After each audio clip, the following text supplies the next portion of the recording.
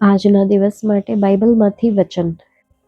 પહેલા શમૂએલના પુસ્તકમાં 3જો અધ્યાય વચન 10. શમૂએલે ઉત્તર આપ્યો કે બોલ, કેમ કે તારો સેવક સાંભળે છે. પરમેશ્વર તરફથી મેં એક વાતને કાળજીપૂર્વક અને એકાગ્રતાથી સાંભળી. તેનો અર્થ એ નથી કે હું પરમેશ્વરની બધી વાતને હું સાંભળીશ.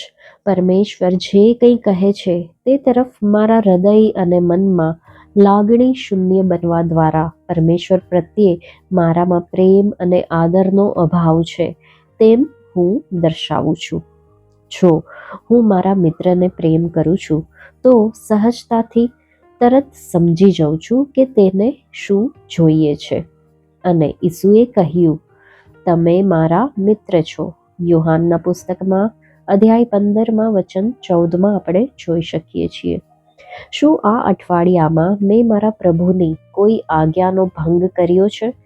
જો હું તે સમજ્યો હોત કે આ ઈસુની આજ્ઞા હતી તો મેં જાણી જોઈને આજ્ઞાભંગ કર્યો ના હોત.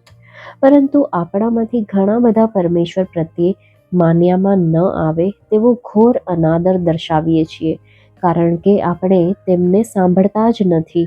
તેમનું બોલવું અને ના બોલવું આપણે માટે જાણે કે સમાન જ હોય છે. મારા આત્મિક જીવનનું લક્ષ્ય છે કે ઈસુ ખ્રિસ્ત સાથે એટલા એકરૂપ થવું કે હું હંમેશા પરમેશ્વરની વાણી સાંભળું અને જાણું કે પરમેશ્વર મારું સાંભળે છે. જો હું ઈસુ ખ્રિસ્ત સાથે એકરૂપ થયો છું તો હું સાંભળવાના સમર્પણ દ્વારા દરેક સમયે પરમેશ્વરને સાંભળું છું. એક ફૂલ, એક વૃક્ષ કે પરમેશ્વરના સેવક, તેઓ દરેક પરમેશ્વરનો સંદેશો મારા સુધી પહોંચાડે છે. બીજી ચીજો તરફનું મારું ધ્યાન મને પરમેશ્વરની વાણી સાંભળતા અટકાવે છે.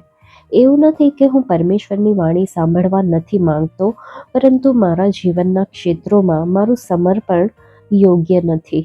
મારું સમર્પણ તો વસ્તુઓ પ્રત્યે, સેવા પ્રત્યે અને મારી પોતાની ધારણાઓ પ્રત્યે છે. પરમેશ્વરને જે કહેવું હોય તે કહે, પરંતુ મને તે સંભળાતું નથી. પરમેશ્વરના સંતાનનું વલણ એવું હોવું જોઈએ કે બોલ, કેમ કે તારો સેવક સાંભળે છે. જો મેં સાંભળવાના આ સમર્પણનો વિકાસ નથી કર્યો, તેનું પોષણ નથી કર્યું, તો હું પરમેશ્વરનો અવાજ ફક્ત ખાસ સમયોમાં જ સાંભળી શકું છું. બાકીના અન્ય સમયોમાં હું પરમેશ્વર પ્રત્યે બહેરો બની જાઉં છું, કારણ કે મારું ધ્યાન અન્ય બાબતો પ્રત્યે છે, એવી બાબતો જે હું સમજું છું કે મારે કરવી જોઈએ. પરમેશ્વરના બાળકના જીવનની આ રીત નથી. શું તમે આજે પરમેશ્વરનો અવાજ સાંભળ્યો છે?